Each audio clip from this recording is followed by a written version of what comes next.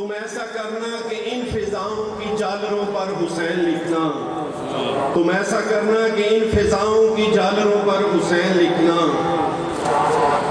تمہارے تاریک منظروں میں اجالے پھوٹیں گے نور بن کر، تم ایسا کرنا کہ ان فضاؤں کی جالروں پر حسین لکھنا۔ اور محمد والے محمد صاحب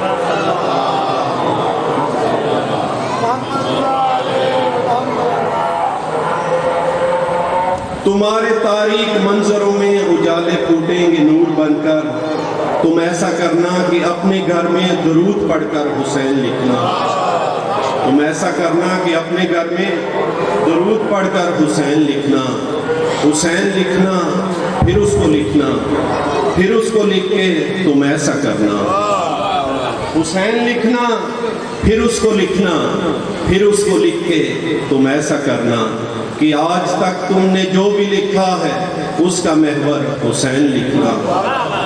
اگر کتابت کا شوق ہے تو کتاب صبر و رضا میں راحت، اگر کتابت کا شوق ہے تو کتاب صبر و رضا میں راحت، جہاں شہیدوں کے نام لکھنا تو سب سے اوپر حسین۔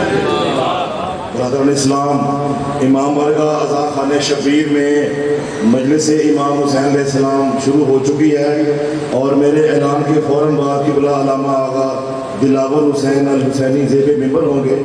جو مومنین امام بارگاہ کے باہر کھڑے ہیں ان کی بارگاہ میں پرزور اپیل ہے کہ فوراً امام بارگاہ میں تشریف لے آئیں۔ بآواز بلند صلوات۔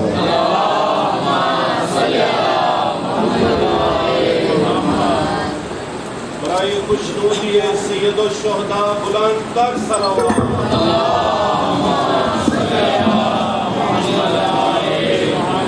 ماتمیوں کی نظر ایک چھوٹا سا شعر کرنے کا۔ میں نے کہا حکیم سے سینے میں درد ہے، میں نے کہا حکیم سے سینے میں درد ہے، نسخے میں اس نے ماتم شبیر دی۔ فاتحہ بسم اللہ۔ السمیع العلیم من الشیطان اللعین الرجیم، بسم اللہ الرحمن الرحیم، الحمد للہ رب العالمین، تبارک الذی نزل الفرقان علی عبدہ لیکون للعالمین نذیرا، الذی لہ خلق السماوات والارض ولم یتخذ صاحبۃ ولا ولدا ولم یکن لہ شریک فی الملک وخلق کل شیء فقدرہ تقدیرا۔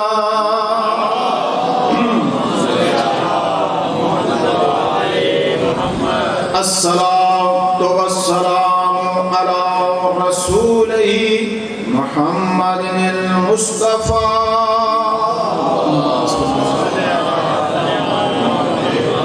وحبیبہ المجتبیٰ وعلی ابن امہ ووصیہ علی ابن ابی طالب الذی جعلہ ظہیرا ووزیرا، وآلہ الأئمہ الذین اذھب اللہ عنہم الرجس وطہرہم تطہیرا۔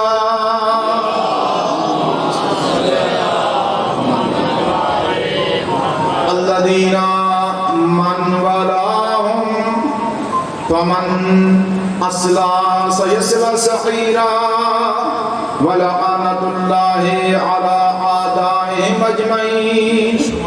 اما بعد فقد قال اللہ تعالی فی کتابہ المجید، بسم اللہ الرحمن الرحیم، انا انزلناہ فی لیلۃ القدر وما ادراک ما لیلۃ القدر، لیلۃ القدر خیر من الف شہر تنزل الملائکۃ والروح فیہا بإذن ربہم من کل امر سلام ہی حتی مطلع الفجر صلوات.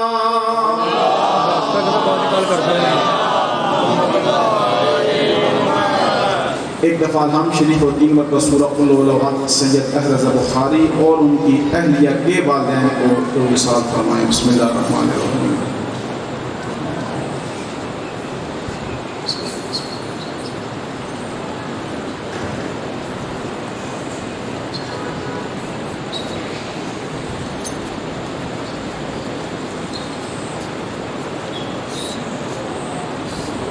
میرے کریم اللہ جتنے بھی مومنین مومنات جہان اس فانی سے انتقال کر گئے تمام کی بخشش فرما, تمام بلند واسطے تمام کو معصومین علیہ السلام کی قدموں کا قرب عطا فرما. بالخصوص سید احرز بخاری اور ان کی اہلیہ کے جو والدین اس جہان فانی سے انتقال کر گئے انہیں معصومین علیہ السلام کی قدموں کا قرب عطا فرما, مرحومین کے بخشش فرما, اس قبر کی منازل آسان فرما.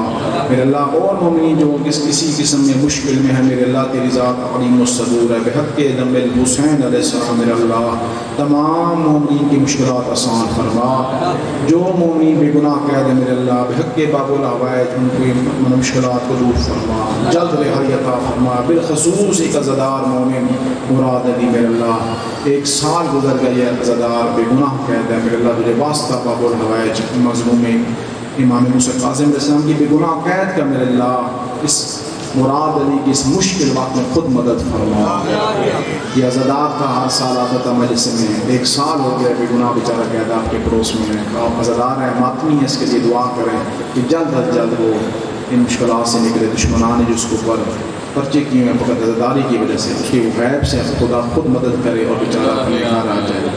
اور میرے اللہ جو بھی مومنین مقروض ہیں ان کے غیب سے قرض عطا فرما, ہم سب کا خاتمہ بالخیر فرما. ہماری یہ عزاداری یہ عبادت جو بھی ہے میرے اللہ اسے اپنی بارگاہ میں بے احسن وجہ قبول فرما.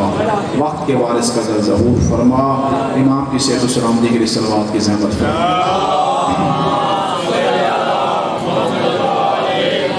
ایک مرتبہ پھر بھی بلند آواز سے صلوات کی زحمت فرما. اللہم صلی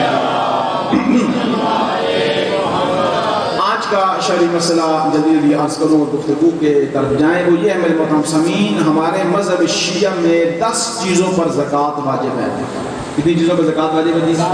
10 چیزوں کے اوپر زکوٰۃ واجب ہے. اب ان میں سے گندم ہے, جو ہے, کشمش ہے, عرض کروں حیوانوں میں اونٹ ہیں, بھیڑ ہے, بکری ہے, گائے ہے, سونا ہے, چاندی ہے, 10 چیزیں ہیں. ہمارے مذہب شیعہ میں پیسوں پر زکوٰۃ نہیں ہوتی, پیسوں پر خمس ہوتا ہے, زکوٰۃ نہیں ہوتی مذہب شیعہ میں. ٹھیک ہے جی.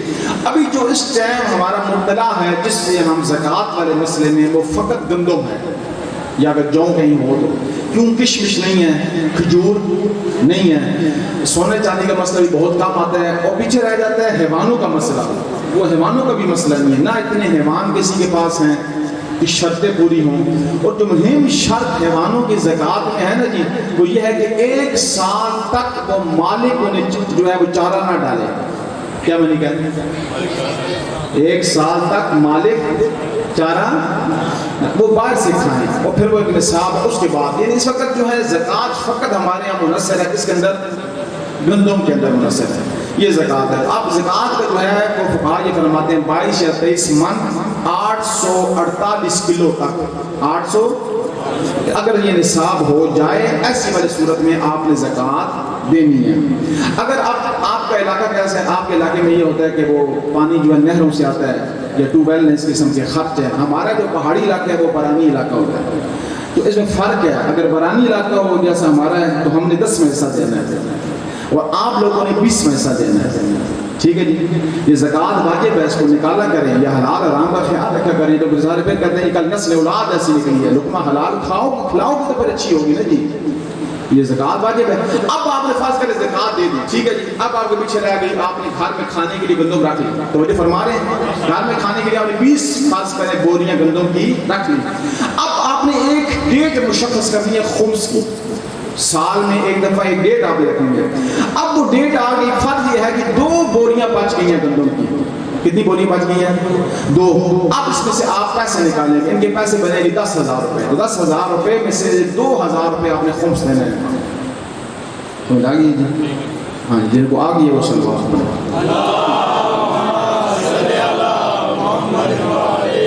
میں یہاں اتنی عرض کر سکتا ہوں نا، اس لیے کرتا ہوں آپ کو شوق دلانے کے لیے کہ آپ مجلس کے بعد آئیں، پوچھیں مسئلے حلال حرام کے، پوچھیں ہمیں کیسے زکوٰۃ دینی ہے، ہمیں کیسے خمس کھانا ہے، ہمارا حلال حرام یہ مسئلہ. اتنا ہی میں عرض کر سکتا ہوں کیونکہ وقت نہیں ہے.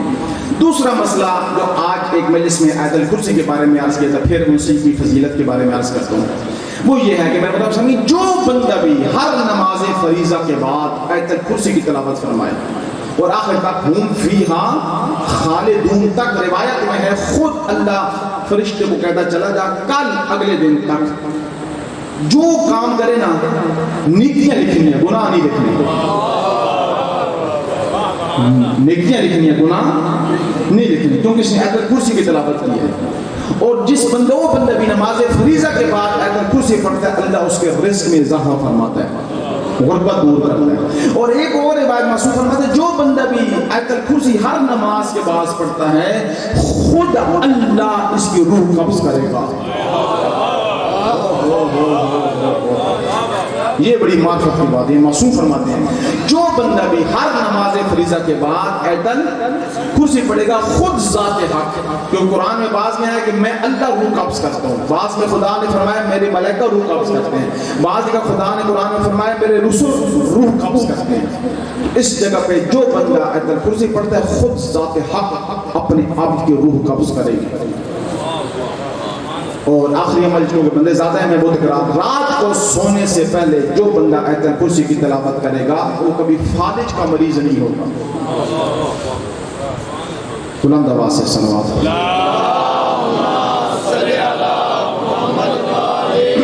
اجازت ہے جی گفتگو شروع کی جائے. توجہ فرمائیں.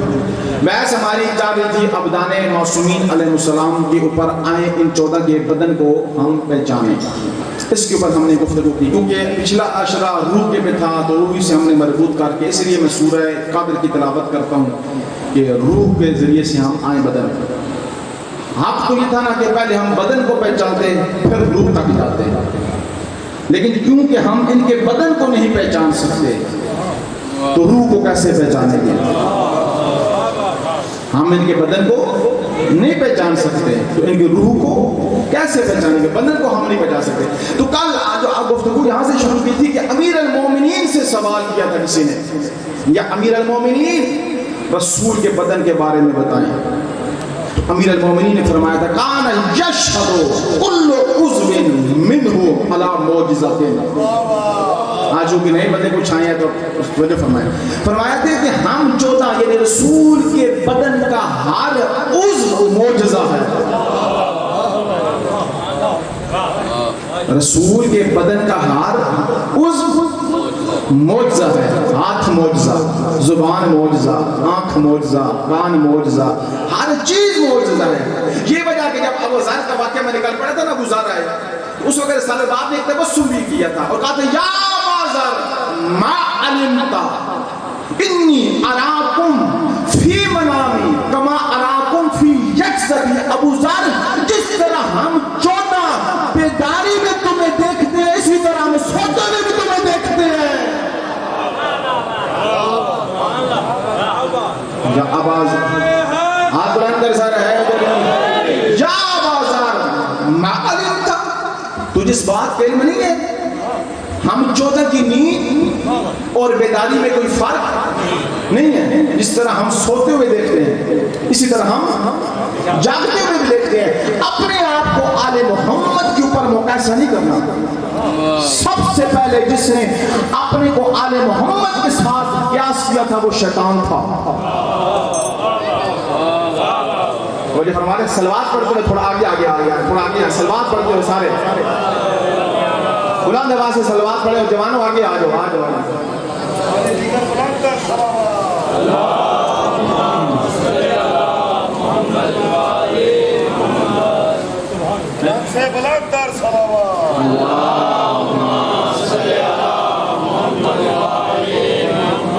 کبھی نہ دیکھنا ان کی کوئی حرکت بھی، میں پوری ذمہ داری سے گفتگو عرض کر رہا ہوں، ان کی کوئی حرکت بھی ہم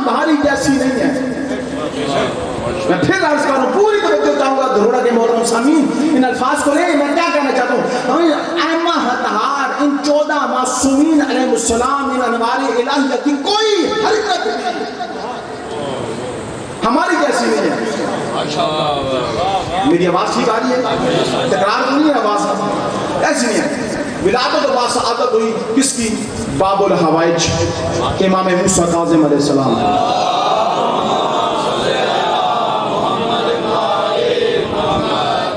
لوگ آئے میرے مولا امام صادق کی بارگاہ میں مبارکباد دینے کے لیے. کیا دیکھا؟ گہوارے میں اللہ کی حجت انگلیوں ہاتھوں کو یوں ہلا رہی تھی. میں اپنے مدعا پہ دلیل دینا چاہتا ہوں کہ ان کی کوئی حرکت بھی بیدار رہنے کوئی حرکت بھی ہماری جیسی نہیں ہے. اس وقت کسی نے کہا مولا کتنا اچھا لگ رہا ہے آپ کا بیٹا انگلیوں سے کھیل رہا ہے.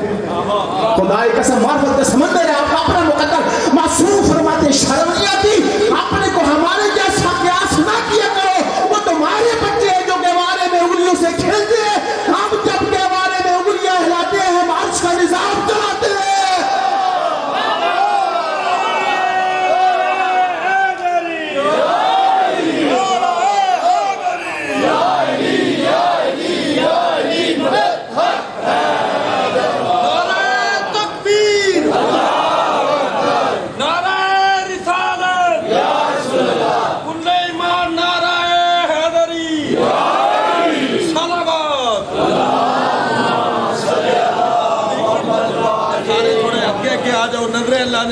مہربانی کر کے قبلہ صاحب ساڑھے کو مہمان نے تھوڑے اگے آ جاؤ صدقے جاواں مہربانی کر کے اپنے بلند آواز سے ایک مرتبہ اللہ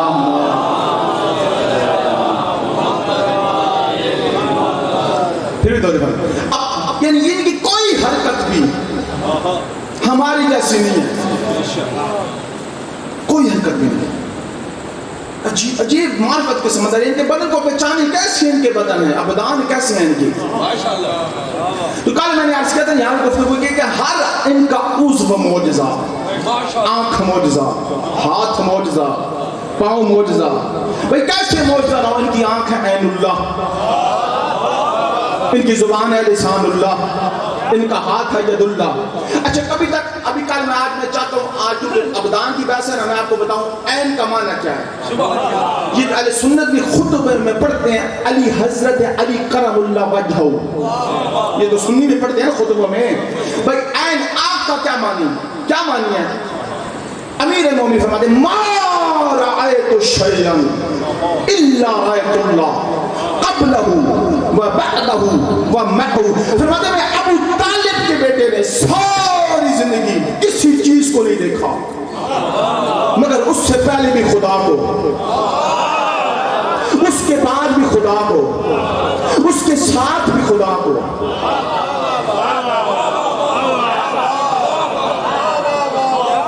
یعنی کیا معنی عین اللہ؟ یعنی دیکھی تو فقط خدائی کو دیکھے. عین اللہ کا معنی سننا. عین اللہ یعنی دیکھی تو فقط کس کو دیکھے؟ جو خدا کے غیر کو نہ دیکھے اسے کہتے ہیں اللہ کی آنکھ. جو دیکھے تو ہر جگہ ہی خدا دیکھے، خدا کے علاوہ کسی کو نہ دیکھے اسے کہتے ہیں عین اللہ. جو بولے تو فقط خدا کا کلام بولے اسے کہتے ہیں لسان اللہ. یہ فقط کرتے ہوئے ہیں. یہی وجہ نا حضرت امیر کی توحید کا یہ معیار تھا. حضرت امیر علیہ السلام کی توحید کا یہ معیار تھا. یہی وجہ تھا جس کی توحید یہ تھی. جنگ خندق میں پھر رسول کو کہنا پڑا ضربت علی فی یوم الخندق افضل من عبادت الثقلین. یہ ہے جہاد، وہ ہے فروع دین میں. جہاد ہے 6 نمبر پہ. جس علی کی ضربت ثقلین پہ بھاری. ایک رسول کو نکال دو، آدم سے لے کے عیسیٰ تک سارے نبیات کی عبادت ایک طرف رکھو، ملائکہ کی عبادت ایک طرف رکھو. علی کی عبادت کا مقایسہ نہیں، ضربت کا. جاگو میرے ساتھ دینا ہے. وہ بھی بھاری.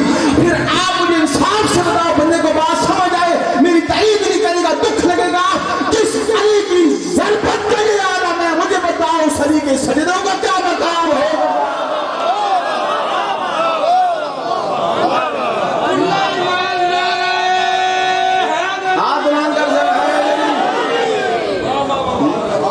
جس علی کی ضربت کا یہ عالم ہے اس کے سجدوں کا کیا عالم ہوگا. توحید ان سے لی ہے آدم نے, توحید ان سے لی ہے ابراہیم نے. وہ توحید ابراہیم کا معیار تھا. قرآن میں خود حضرت ابراہیم کہنے پالنے والا تو یہ مردوں کو زندہ کیسے کرتا ہے.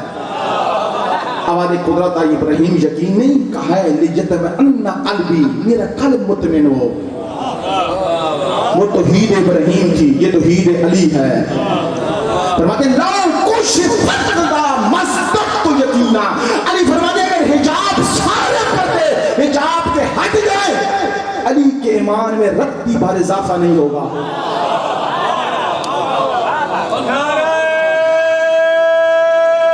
ہاتھ بلند کر کے تمہارے تمہیں وہاں دو پہچان عین کسے آئیں وجہ پہ وجہ اللہ کا چہرہ ہے. قرآن میں آئیں خدا قرآن میں کیا فرما رہا ہے کلو شیء ہالک الا وجہ, ہر شے ہالک ہو جائے گی فنا فقط ذات حق کا چہرہ رہ جائے گا. اب سارے دروڑوں والے اتنے تو پتہ ہے اس اللہ کا وجود ہے جس پھر بولو وجود ہے جس میں نہیں ہے, بولو سارے وجود ہے جس نہیں ہے, اس کا کوئی چہرہ نہیں ہے, ہاتھ نہیں ہے, اس طرح وہ مرکب نہیں ہے, وہ بسیط ہے من جمیع جہات. مرکب نہیں ہے ذات حق, وہ بسیط ہے, اس کا کوئی جسم نہیں ہے, اس کا وجود ہے. پھر خدا کیا فرما رہے ہیں ہر شے فانی ہے فقط میرا چہرہ باقی ہے. پھر ایک جگہ میں ارشاد آتا ہے فرمایا کلو من علیہا فان وَيَبْقَى وَجْهُ رَبِّكَ ذُو الجلال والاکرام. فرمایا ہم ترجمہ کیا کرتے ہیں کہ ہر شے فانی ہو جائے گی, نہیں ہر شے فانی ہے. ابھی ہماری زندگی ہے نا, ہماری زندگی کیسے فانی ہو رہی ہے. ایک برف کا نا ٹکڑا رکھ دیں, اس میں سے قطرہ قطرہ پانی کا گرتا رہے گا, یہ برف کا فنا ہونا ہے. ہماری زندگی کا ہر ایک دن گزر رہا ہے, ہم فانی ہو رہے ہیں, ابھی بھی ہم فانی ہیں. فرمایا وَيَبْقَى وَجْهُ رَبِّكَ ذُو الجلال والاکرام, باقی رہے گا خدا کا چہرہ رہے گا. پھر خدا قرآن میں فرمایا جدھر بھی تم منہ کرو کیا فَسَمَّا وَجْهُ اللَّهِ, اللہ کے چہرے کو پاؤ گے. یہ وجہ فقہا فرماتے ہیں مستحب نماز کے لیے قبلے کی شرط نہیں ہے, یہ واجب نماز کے لیے قبلہ شرط ہے. مستحب نماز چلتے پھرتے پڑھ سکتے ہو, گاڑی میں بیٹھ کے پڑھ سکتے ہو, کیوں جدھر منہ کرو اللہ کا چہرہ. ان مارے کو کون لے گا, ان مارے کو ہاتھ بلند کر کے سارے چہرہ. ہاں اب یہ روایت سنی آپ نے, معصوم نے کیا فرمایا نحن وجہ اللہ, ہم چودہ اللہ کا چہرہ ہے. اس کو کیا معنی یہاں پر, آخر احمد طہار کی شہادت ہوئی ہے, آخری امام بھی آئیں گے شہید ہو جائیں گے, تو ادھر ذات حق فرما رہے ہر شے فانی ہے پر میرا چہرہ فانی نہیں ہے. اس کے بزرگان نے وضاحت فرمایا, ایت اللہ جوادی عملی کی تفسیر کا سہارا لے رہا ہوں. وہ فرماتے ہیں جدھر بھی یہ وجہ چہرہ مراد ہو, اس سے مراد ہے واسطہ فیض الہی, واسطہ فیض الہی. وہ فرماتے ہیں معاشر والے دن, جنت والے دن اگر کوئی بندہ سانس لے گا وہ بھی 14 کے وجود سے لے گا. کوئی سمجھو میری بات کو, کوئی سمجھو میری بات کو, میں کیا کہنا چاہتا ہوں. کیوں ہر شے فانی ہے, واسطہ فیض الہی فانی, وجہ کا معنی کر رہا ہوں, وجہ کا معنی چہرے کا معنی کر رہا ہوں, ہر شے فانی ہے. کل من علیہا فان وَيَبْقَى وَجْهُ رَبِّكَ ذُو الجلال والاکرام. اس کا وجہ کا معنی کیا ہوا, وجہ کا معنی یہ ہوا کہ اللہ کا فیض, ہر شے فانی ہے, اللہ کا فیض فانی نہیں ہے. ہم سانس لیں گے معاشر میں بھی, زندگی گزاریں گے معاشر میں بھی, زندگی گزاریں گے جنت میں بھی, سانس لیں گے جنت میں بھی. فقہا یہ فرماتے ہیں تم جوادی عامری کہ یہ مراد فیض الہی ہے, یعنی جنت میں بھی اگر کوئی بندہ سانس لے رہا ہے مالک اللہ ہے لیکن 14 کے وجود سے لے رہا ہے.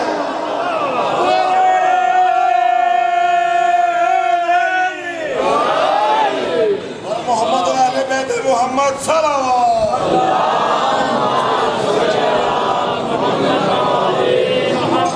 تو فرما رہے ہیں ان کی چہروں کو پہچانے، ان کی دست کو پہچانے. ید اللہ یعنی کیا؟ مالک اللہ ہے، رزق اللہ دیتا ہے، لیکن جن کے ہاتھوں سے جاری ہوتا ہے وہ 14 ہیں. یہ ایسے ید اللہ ہیں، یہ عین اللہ ایسے ہیں، یہ لسان اللہ ایسے ہیں، یہ وجہ اللہ ایسے ہیں. ان کے بارے میں تو رسالت مآب کے بارے میں کہا تھا، رسالت مآب کے کان کیسے ہیں؟ ان 14 کے کان کو پہچانو. رسول فرماتے کان یسمع فی منامہ کما یسمع فی انتباہہ. ہم 14 سوتی ہوئی حالت میں بھی ایسے سنتے ہیں جیسے بیداری میں سنتے ہیں. کان یسمع فی منامہ کما یسمع فی انتباہہ. کوئی فرق نہیں ہے. ان کے دہان مبارک زبان لابدین کا کیا اثر ہے؟ ان کے لابدان کا کیا اثر ہے؟ معصوم فرماتے ہیں، پیغمبر اعظم اور احمد ہر کیا کرتے تھے؟ فرماتے تھے ایک چلو پانی کا لے گا نا، اسے اپنے دہان میں رکھتے تھے، پھر کنویں میں ڈال دیتے تھے.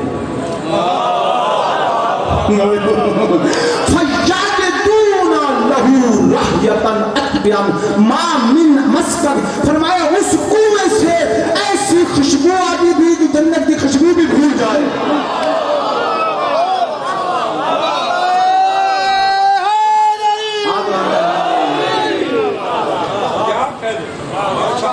لابدین اصل یہ ہے کہ کنویں سے میٹھا پانی ایسی خوشبو آ رہی ہے کہ جنت کی خوشبو بھی بھول جائے. اچھا پھر کیا ہوتا تھا؟ اچھا کل میں نے کہا، پھر میں یہاں پہ رک کے کہہ رہا ہوں، میرا مدعا کیا ہے کہ ہم ان کے ابدان کو نہیں پہچان سکتے. پھر سنو میرا مدعا کیا ہے، ہم ان 14 انوار الہیہ کے بدن مقدس کو پہچان نہیں سکتے. اس کے اوپر میں نے دلیل کیا کی ہوئی ہے کل کہ 40 روایات ہیں، وہ یہ کہتی ہیں کہ جدھر سے ہماری روح خلق ہوئی ادھر سے 14 کے بدن خلق ہوئے. بات ہے یا نہیں؟ پھر سنیں، جدھر سے اللہ نے ہم 14 کی روح کو خلق فرمایا ہے ادھر سے اللہ نے ان 14 کے بدنوں کو خلق فرمایا. آپ مجھے بتائیں کوئی بندہ اپنی روح کا عرفان رکھتا ہے؟ کوئی بندہ اپنی روح کو پہچان سکتا ہے؟ بس نہیں پہچان سکتا. آپ ان 14 کے بدنوں کو بھی نہیں پہچان سکتا. اس نے آپ نے تھوڑا لیا اس بات کو، اس دلیل کو تھوڑا لیا ہے.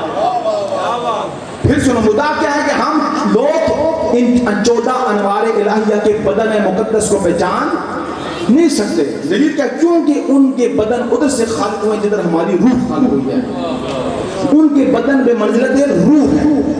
جب کوئی انسان اپنی روح کو نہیں پہچان سکتا ان 14 کے بدن کو نہیں پہچان سکتا. یہ دلیل ہے. یا آپ قرآن یاد رکھیں، اس پہ بڑا سوچیں، جتنا سوچیں گے نا اتنا آپ کو عرفان ملے گا، اتنا آپ لطف لیں گے. میں نے کل بھی کہا تھا کہ ان 14 انوار الہیہ کا سایہ نہیں ہے. ان 14 انوار الہیہ کے بدن کا سایہ نہیں ہے. اچھا اب دیکھیں، ابھی رات ہے، پوری توجہ پہلے بندے سے لے کے آخر تک بڑی آسان بات کرنے جا رہا ہوں، الجھان نہیں رہا آپ کو، حقائق دے رہا ہوں آسان لفظوں میں. رات کے وقت آپ موم بتی ایک چراغ جلاتے ہیں اندھیرے میں، اس کا سایہ ہوتا ہے یا نہیں ہوتا؟ سارے بولو، اتنی بات تو سارے سمجھتے ہو. اس کا سایہ ہوتا ہے. اسی چراغ کو، اسی موم بتی کو آپ دن کے 1 بجے روشن کریں، بٹھے سین میں سایہ ہوگا؟ کیوں نہیں ہوگا؟ کیونکہ سورج کا نور غالب ہے.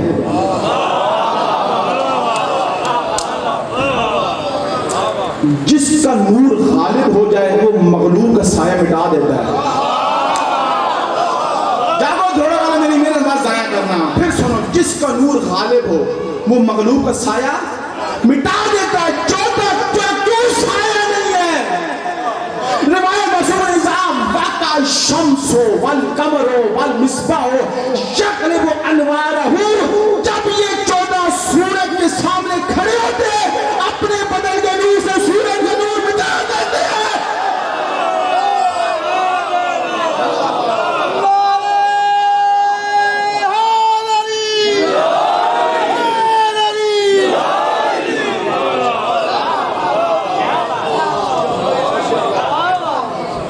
عرفان حاصل ہو رہے ہیں. دلیل واضح ہوئی ہے.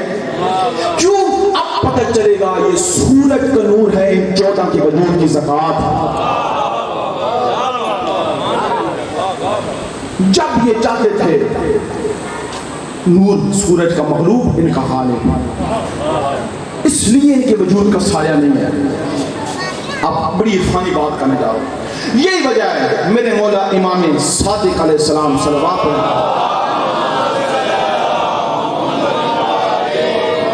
معصوم فرماتے ہیں جب میرے آخری بیٹے کا ہوگا ظہور، توجہ تھکنا نہیں، میرے ساتھ دینا ہے، اس انوار الہی کو لکھو دل کی تختی پہ جوانوں. وہاں فرماتے ہیں جب میرے آخری بیٹے کا ہوگا ظہور، یستقن الناس عن ضوء الشمس والقمر بے بدل ہی. معصوم فرماتے ہیں اللہ کی ساری مخلوق سورج اور چاند کی روشنی سے بے نیاز ہو جائے گی. جس بندے کو سمجھ آئی ہے تائید کرے، میرا ساتھ ہے.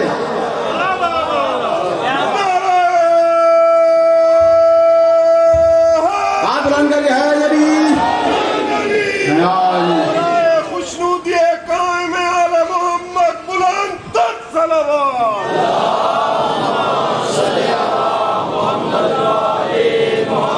فرمایا یستقن الناس عن ضوء الشمس والقمر بے بدل ہی.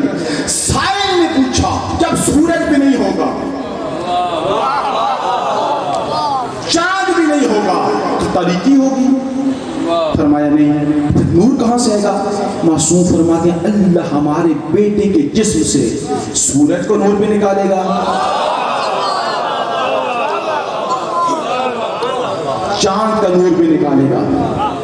اچھا اس زمانے میں لوگ نماز پڑھیں گے نا، وہ تو بہشت میں تکلیف معاف ہے، دنیا میں تو تکلیف ہے نا. نماز کا ٹائم ہے پریشان ہو پڑھیں گے نماز. کون پڑھے گا؟ ہم تم نہیں، سارے پڑھیں گے. انبیاء بھی پڑھیں گے، اوصیاء بھی پڑھیں گے. بھائی سورج میں ہوگا نہیں،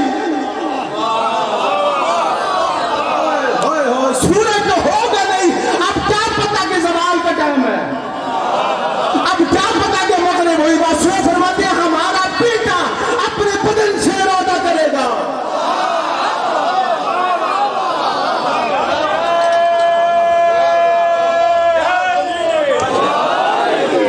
جب وہ ارادہ کرے گا ظہر ہو جائے گی.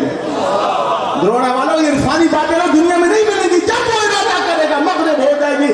بولا تیری عظمت پہ قربان جاؤں. آج تو پردہ غیبت میں اللہ کی ہر مخلوق تیرے انتظار کر رہی ہے. جب تو دنیا میں آئے گا پھر بھی انتظار کریں گے کب تیرا بدن ظہر پہ جائے، کب تیرا بدن مغرب پہ جائے. کب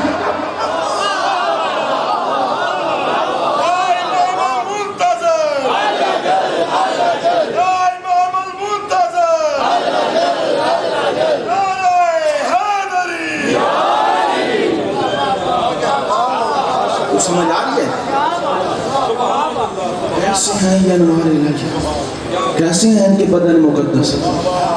اگلی بات سنو. میں آپ کو پتا ہے بندے حقیق جو مواد دیتا ہے نا یہ شروع ہے بغیر توقع کے. آپ جملے پہ جملہ روایت کے روایت، کوئی اپنی بات کو کرتے نہیں ہوں. آپ کو پتا ہے. پھر سنیں اور سنیں کلو دعوت راکبہ النبی باقیت سنہ علی سنہا لا تحرم. بڑی عرفانی بات، میں تو پڑھ کے وجہ میں آتا رہوں. میں فرماتے جس حیوان کے اوپر نبی سوار ہو جاتے تھے، بیٹھے رہنا مجھے بتانا. کلو دعوت راکبہ النبی باقیت علی سنہا لا تحرم. جس گھوڑے خچر جس پہ بھی اللہ کا رسول بیٹھ جاتا تھا نا، اللہ اس حیوان کی عمر کو روک دیتا تھا.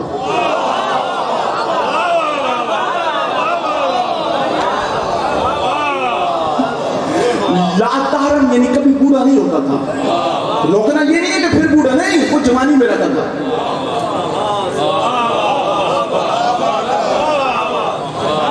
ان 14 کے ہمارے بدن کو پتہ چلا پر ان کے بدن ایسے ہیں کہ جس حیوان پہ سوار ہو جائیں اللہ اس حیوان کو بوڑھا نہیں کرتا. لا تحرم کبھی بوڑھا نہیں ہوگا، اس کو رک جائے گی عمر. یہی وجہ ہے معصوم فرماتے ہیں جو ہم 14 سے عشق کرنے والا ہے جب دنیا سے جائے اگر وہ 150 سال کا سن ہو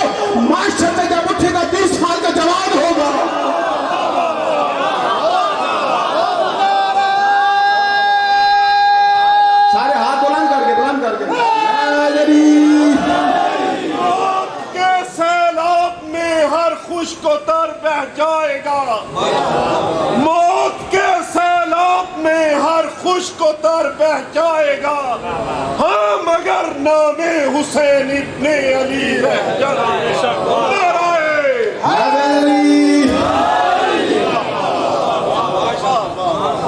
باقیت علی سنہا کل دعوت راکبہ النبی باقیت علی سنہا لا تحرم۔ بات اوپر کی ہے جو اس میں واجد میں وہ اگلی بات ہے، وہ کبھی بوڑھا نہیں ہوتا۔ پہچانو رسول کو، یہ تو ظلم ہوا ہے نا دنیا میں، کسی نے پہچانے ہی نہیں رسول کا۔ جو زیادہ کلمہ گو تھے رسول کے، انہوں نے کیا پتہ یہ رسول کے بدن کیسے ہیں۔ اس اللہ کا نظام کو دیکھیں نا، جس حیوان پہ سوار ہو جائے اس کا سر رک جاتا ہے، وہ کبھی بوڑھا نہیں ہوگا۔ محب آل محمد کیسے بوڑھے ہو سکتے ہیں؟ یہ وجہ کہ وہ جوان ہیں، ہمیشہ جوان ہیں۔ اب اگلی بات، آج بھی بڑی معرفت کی بات ہے میرے دیا کہ مجھ سے پوچھو سے بڑے کوئی عرفانی بات نہیں ہے۔ آج بھی دنیا والے یہ کہتے ہیں بھائی کیسے ہو سکتا ہے کہ ایک جوان 14 صدیاں بیت جائیں وہ پھر بھی جوان ہو، پردہ غیبت میں ہو، اور کل کے اندر شرم نہیں آتی؟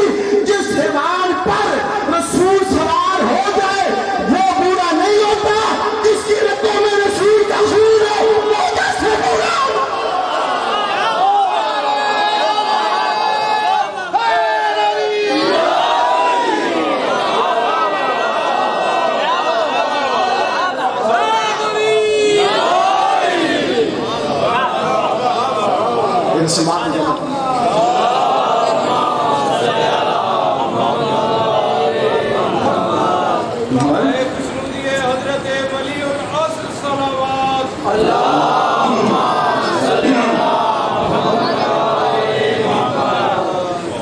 جس حیوان پہ سوار ہو وہ بوڑھا نہیں، جس کی رگوں میں رسول کا خون ہو وہ کیسے بوڑھا ہو سکتا ہے؟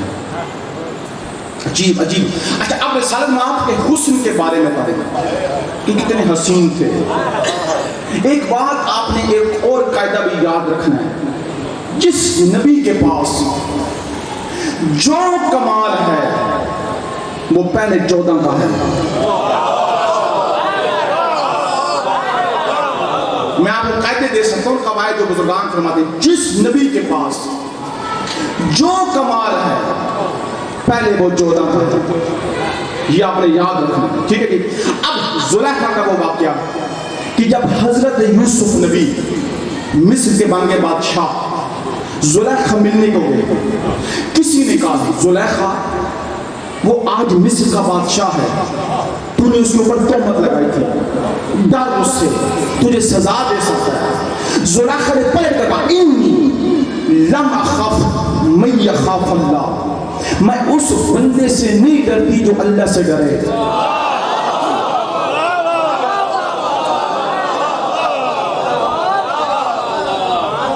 کہا میں اس بندے سے نہیں ڈرتی جو اللہ سے ڈرے۔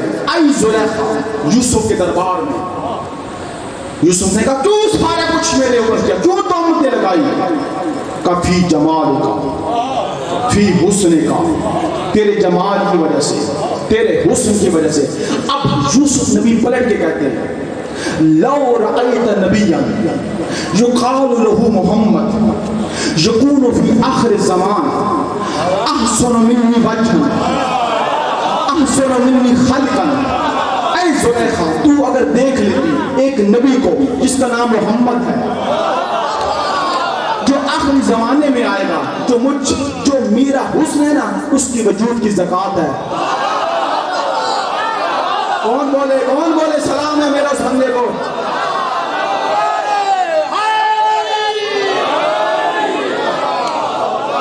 جو بھی میرا حسن ہے اس کی چہرے کی زکاة ہے۔ یہ بات میں نے کہا ہے، جو کمال بھی ہے پہلے وہ 14 کا ہے پھر انبیاء کا ہے۔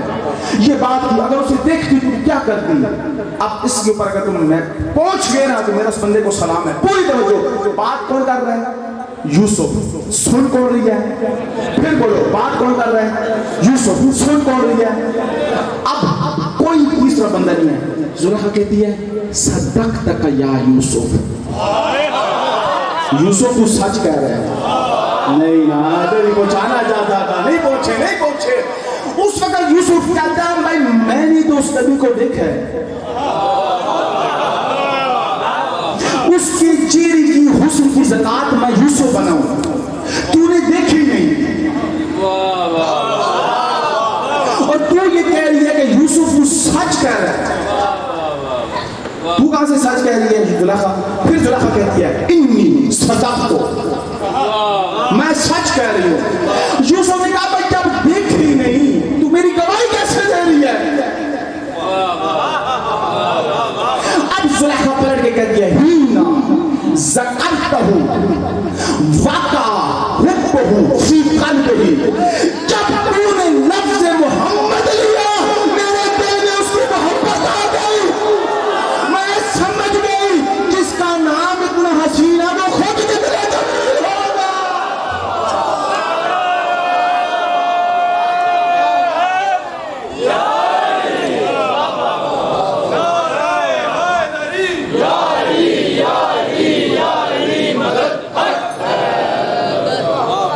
محمد علی محمد علیہ السلام بلند تر صلوات۔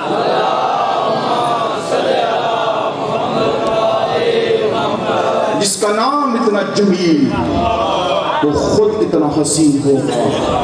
باقی فوراً اللہ نے وحی کی جبرائیل کے ذریعے یوسف کو کہا یوسف انی احببتہا لحبہا محمد، اے یوسف آج کے بعد میں اللہ خود زلیخا سے محبت کروں گا۔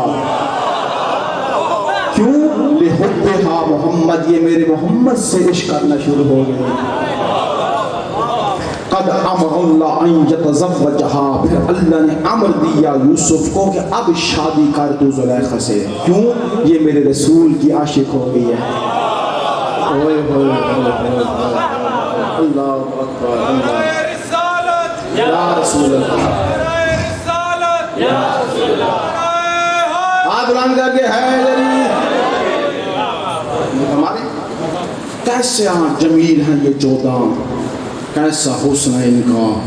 اللہ عشق کرتا ہے اس بندے سے جو ان چودہ کا عاشق ہو جائے۔ اس طرح من حب حسینہ فقد حب اللہ، جو حسین سے محبت کرتا ہے اللہ اسے عشق کرتا ہے۔ محرم کے دن 3 کا دن گزر گیا، 4 کی رات آ گئی۔ دعائے ندبہ میں ہم کیا پڑھتے ہیں؟ الا متی حارک فیک یا مولا، اور رسول کے بیٹے کب تک تیرے غم میں تڑپتا رہوں گا۔ اے یوسف زہرا، اے میرے مولا۔ دعائے ندبہ میں اور دعاؤں میں زیارات میں ہم یہ پڑھتے ہیں امام زمانہ کو پہچانو میرے محترم سمین، وہ کتنا غریب ہے میرا امام، جس کی آنکھ کی ہر پلک پہ خون نکل رہا ہے۔ ہمیں نہیں پتا امام ہمارا کتنا غریب ہے، جس کی آنکھ کی ہر پلک پہ خون نکل رہا ہے، جس کا دل خون ہے۔ کیوں نہ خون ہو، وہ کون کون سا ظلم دیکھ رہا ہے، ہم سن کے رو رہے ہیں، وہ دیکھ کے رو رہا ہے۔ اجرکم عند اللہ، اجرکم عند اللہ۔ بس ازادارو، بڑے مشکل سے مسائل تیاری ہوئی، غریب کربلا نے کہا میں جاؤں اپنے نانا کی لحد پر۔ آج شبیر نانا کی لحد پر آئے، کہا نانا میں وہی حسین ہوں جسے بچپن میں نا کانڈوں پہ بٹھا کے مدینے کی گلیوں کی سیر کراتے تھے۔ نانا میں وہی حسین ہوں کہ جب نماز پڑھتے تھے نا میں آپ کی پشت پہ سوار ہوتا تھا۔ نانا آج تیرے کلمہ کو کہتے ہیں حسین وطن چھوڑ جاؤ۔ پھر اٹھے بھائی کی مزار پر آئے، لفظوں پہ جو رونے میں سنا، میں نے کہا مزار محمد، مزار حسن۔ اب وہ جملہ جو ماتمی ہائے ضرور کرے گا، اب آئے نشان قبر زہرا پہ۔ میں نے کہا ماتمی ہائے ضرور کرے گا، ماتمی کو سمجھ آ گیا۔ میں نے کہا نشان قبر زہرا، کیونکہ علی نے 40 قبریں بنائی تھی، علی علیہ السلام نے 40 قبریں بنائی تھی بطول کی۔ امام کو تو پتہ تھا نا میری ماں کی لحد کدھر ہے۔ آئے کہا میری ماں سلام ہو، اس ماں پہ سلام کر کہا اماں مجھے نہیں بھولتا تیرے بچپن کے مصائب، اماں مجھے نہیں بھولتا تیرا جلتا ہوا دروازہ تیرے اوپر گرنا۔ امام ساری زندگی روتے رہے اپنی ماں زہرا زہرا کی غربت پہ ساری زندگی شبیر روئے. میں پوری ذمہ داری سے کہہ رہا ہوں حتیٰ کہ 10 محرم جب آخری وقت شبیر میرے مولا کو ضربیں لگ رہی تھی نا، امام اپنی ضرب پہ نہیں ماں کی ضرب پہ رو رہے تھے. میں نے ایک ہدیہ کر دیا آپ کو مسائل کا سمندر. اس وقت بھی کہتے تھے ہائے میری ماں تیرے اوپر جو ضربیں لگی ہیں. کہا فرماتے ہیں ماں میں مدینہ چھوڑ کے جا رہا ہوں، میں اکیلا نہیں جا رہا ہوں. اماں میں تیری زینب جیسی بیٹی ساتھ لے کے جا رہا ہوں. اماں میں بیٹیوں کو ساتھ لے کے مدینہ ودا کیا میرے مولا نے. اب شبیر میرے مولا نے جب تیاری کی نا، مقتل والے کہتے ہیں جب حسین، دیکھنا میری طرف میں مسائب شروع کر، جب میرے مولا حسین مدینے سے چلے تھے نا، مقتل والے کہتے ہیں یوں چند قدم اٹھانے کے بعد غریب مڑ مڑ کے مدینے کو دیکھتا تھا. آپ کی ہائے نکلی ہے جو میں آپ کے لیے دعا ہی کر سکتا ہوں. جو ان معرفت کے مسائل پہ رونے کے عادی ہو، چند قدم نہ، ہر 5 قدم کے بادشاہ صاحب مڑ کے دیکھتے تھے مدینے کی طرف. مقتل والوں نے لکھا ہے اس کی کیا وجہ تھی، کیوں غریب کربلا مڑ مڑ کے مدینے کو دیکھتے تھے. کہا 2 وجہ تھی.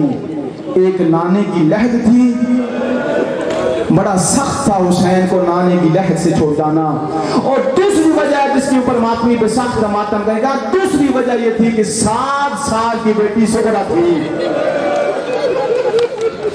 جو بیٹیوں کے باپ بیٹھے ہو رو رو کے کہتے تھے سغرا خدا حافظ، سغرا میں مدینہ چھوڑ کے جا رہا ہوں، سغرا میں پلٹ کے نہیں آؤں گا. صدائیں بلند کریں. آج 3 محرم کا دن غروب ہے، آج 4 محرم کی رات آ گئی ہے. اب ڈرو اسی سفر کے دوران نا علی کی شجاعت کا وارث عباس کیا کرتا تھا. مقتل والے کہتے ہیں چند منازل آگے چلے جاتا تھا، کہتا تھا حجاب. سبحان اللہ سبحان اللہ. صدائیں بلند کریں. الحجاب.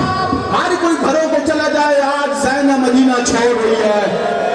اللہ مان. صدائیں بلند ہو. اجکم الزہرا اجکم اللہ. حتیٰ کہ پرندوں کو فرماتے تھے اپنے گھونسلوں میں چلے جاؤ، وہ مدینہ چھوڑ رہی ہے. سبحان اللہ. میں تمہاری دعا ہی کر سکتا ہوں. اجکم الزہرا. گھونسلوں پہ چلے جاؤ. آج زینب مدینہ چھوڑ رہی ہے. آج وہ مدینہ چھوڑ رہی ہے جو آدھی رات کے وقت نانے کی لہد پہ جاتی تھی. اللہ مان. اللہم عجل لولیک الفرج. اللہم عجل لولیک الفرج. صدائیں بلند کریں. اللہم عجل لولیک الفرج. جب چند منازل چلے نا، محمد سے کپڑا اٹھا زینب کا. سیدہ زینب سلام اللہ علیہا فرماتی ہیں بھیا حسین عباس نہیں نظر آ رہا، میرا دل بیٹھا جا رہا ہے. شبیر رو کے کہتا ہے تیرے پردے بنا رہا ہے. فرماتی ہیں ایک دفعہ سے میرے محمل کے قریب لے آئے. عباس محمل کے پاس آئے، پردہ اٹھا کے علی کی بیٹی کہتی ہے زیادہ دور نہ جایا کر. میں مر جاؤں، میں تو لگ بھی مر سکتا ہوں. بہن سے زیادہ دور نہ جایا کر. اللہم عجل ولیک الفرج. اللہم عجل ولیک الفرج. بڑے حوصلے سے ماں بہنوں کو نصیب ہو. اللہم عجل ولیک الفرج. مسئلہ داروں مختصر کروں، یہ دنیا کی فطرت کی بات میں پوچھ رہا ہوں. گھر میں 5-6 بیٹے ہو رہے، 6 بیٹے، کوئی سفر پہ نہ جائے کوئی بات نہیں. 3 سفر پہ چلے جائیں، 3 نہ جائیں پھر بھی کوئی بات نہیں. لیکن 5 چلے جائیں 1 نہ جائے. مجھے آپ انصاف سے بتائیں اس بچی کی کیا حالت ہوتی ہے. سارے سفر پہ جا رہے 1 نہ جائے. امام نے حکم دیا جاؤ سارے سغرا سے خدا حافظ کرو. اب میرا پڑھنا آسان، آپ کا سننا آسان. ایک بی بی آتی رہی، سر پہ ہاتھ رکھتی رہی. سغرا خدا حافظ، سغرا مدینہ جانے تو جانے، سغرا مدینہ چھوڑ کے جا رہی ہے. بڑے حوصلے سے مقتل والے کہتے ہیں جب بی بی یہاں آتی رہی نا، مستورات میں سے سب سے آخر میں آئی ماں و باپ. اماں آپ بھی جا رہی ہیں، تیری بیٹی مر جائے گی. اماں میں مدینے میں کیسے رہوں گی. اس وقت 18 یا 6 دن کا تھا بابو الہوائے جلی اصغر. کہتے تھوڑی دیر تو میری گود میں رکھ دے، اسے تو مدینے چھوڑ جا، میں ایسے چومتی رہوں گی، میں ایسے بڑا کرتی رہوں گی. بڑے حوصلے سے کربلا اللہم اجل ولیک الفرج، ساری مستورات نے ودا کیا جناب صغرا سے. پھر باری آئی بھائیوں کی، جو بہنوں کے بھائیوں بڑے حوصلے سے. سب سے آخر میں آیا صغرا کے حصے کا بھائی علی اکبر. اللہم اجل ولیک، دعا ضرور مانگنی ہے امام کی، جوان میرے بیٹا حوصلے سے. اللہم اجل ولیک الفرج. صغرا رو کے بیٹے اکبر، میں نے تو بڑی حسرتیں رکھی تھی، تیری شادی کروں گی، تجھے سیرے بناؤں گی. اور صغرا کے سگلی صغرا رو کے بیٹے اکبر، تو مدینے سے جائے گا، تیری بہن مر جائے گی. اللہم اجل ولیک الفرج. اکبر تو نہ جا، اللہم اجل ولیک، جہاں تک میری نگاہ ہے میں اللہ کرے وہاں تک آپ کو لے جاؤں. ساری مستورات نے ودا کرنے کے بعد آخر میں عقیل بنی ہاشم جناب سیدہ زینب سلام اللہ علیہ، صغرا خدا حافظ. صغرا رو کے کہہ دیے پھپھی آپ بابا کو کہہ دیں. پھپھی سارے جا رہے ہیں، میں نہیں جا رہی، پھپھی میرا دل بڑا تنگ ہے. اب وہ بات جناب سیدہ زینب فرماتی ہیں صغرا پریشان نہ ہو، کچھ دنوں کی بات ہے، ہم مدینے لوٹ کے آ جائیں گے. یہ بی بی نے کہا میری بیٹی پریشان نہ ہو، کچھ دنوں کی بات ہے، ہم مدینے لوٹ کر آ جائیں گے. اس وقت جناب صغرا رو کے کہتی ہے پھپھی آپ تو لوٹ کے آ جائیں گی پر میرا اکبر تو نہیں آئے گا.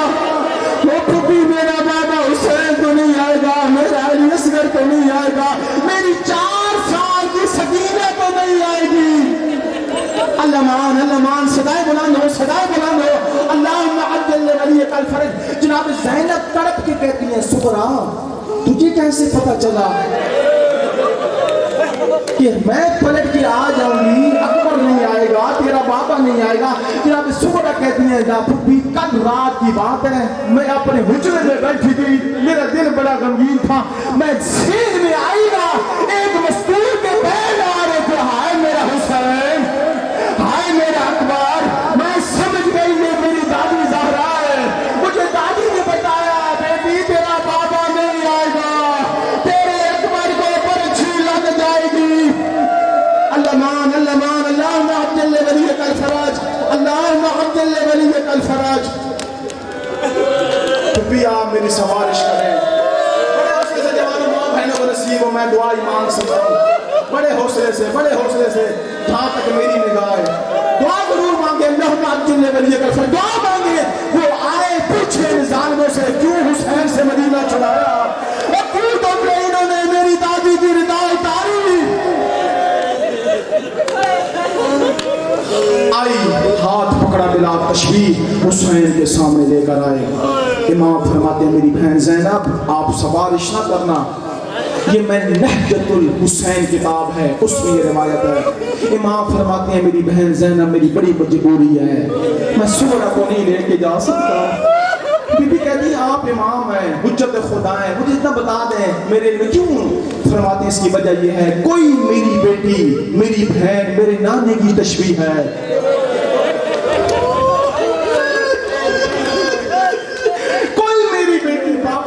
شبیہ ہے، یہ صغرا ہے میری ماں زہرا کی شبیہ.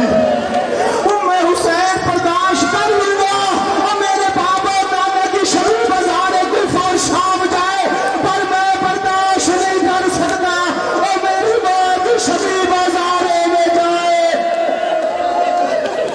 اللہم اجل ولیک الفرج.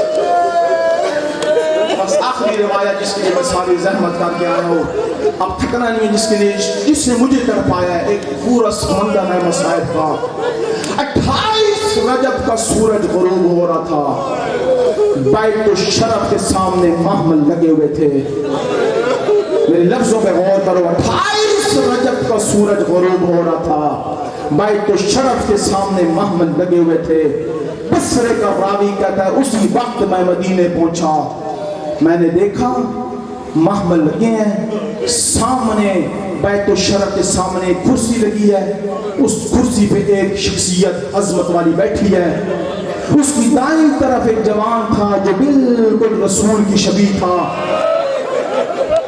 اس ہیبت والی شخصیت کے بائیں طرف ایک میں نے بندہ دیکھا جو بالکل کمر بنی ہاشم تھا، جو علی کی شجاعت کی طرح لگ رہا تھا، جس کے چاند جیسا چہرہ تھا، یہ پسلے والا بندہ کہتا ہے میں نے دیکھا ایک ایک بی بی آتی رہی، یہ دونوں جوان آگے بڑھ کے بسم اللہ پڑھ کے سوار کرتے رہے، کہتا ہے جو ایک بی بی آتی پھر دوسری آتی، یہ وہ جملہ ہے جس پر جوان کا حق بنتا ہے ساختہ ماتم کرے، یہ پسلے والا بندہ کہتا ہے اتنی دیر میں ایک معظم بی بی اٹھی، کہتا ہے اس کے چلنے سے ایسے لگ رہا تھا جیسے پہلے کبھی نہ چلی ہو، اب ماتم جائز ہے، اب ماتم جائز ہے، اس کے چلنے سے ایسے لگ رہا تھا جیسے پہلے کبھی نہ چلی ہو۔ یہ بصرے والا بندہ کہتا ہے میں نے دیکھا ایک جوان جلدی سے آگے بڑھا، اس کے بازو کو پکڑا، بسم اللہ پڑھی، دوسرے جوان نے دایاں زانو پیش کیا، اس معظم بی بی نے اپنا پاؤں رکھا، بسم اللہ پڑھ کر بڑی شان عزت کے ساتھ محمد نے بٹھایا۔ یہ بصرے والا بندہ مدینے والے کو کہتا ہے یہ بتا یہ جوان کون ہے، وہ شخصیت کون ہے اور یہ بی بی کون ہے؟ مدینے والا کہتا ہے تو ادھر کا رہنے والا نہیں ہے، کہتا نہیں میں بصرے سے آیا ہوں۔ اس وقت مدینے والا بندہ کہتا ہے وہ جو خوبصورت جوان ہے نا وہ علی اکبر ہے، وہ جس کا چار کے سچے رہے وہ علی کی شجاعت کا وارث عباس، وہ بی بی بولے گا آنکھیں بند کر وہ زینب ہے۔ علمان علمان تھکو نے صدا بلند کرو، اللہم عجل ولیک الفراج۔ یہ بصرے والا بندہ کہتا ہے یہ 60 ہجری تھی، 28 رجب تھی، مدینے کا شہر تھا، کہتا میں قافلے کے ساتھ چلا، قافلہ مکہ پہنچا میں ساتھ تھا، حوصلے سے کہتا 2 محرم قافلہ کربلا پہنچا میں ساتھ تھا، ساتھ کو پانی بند ہوا،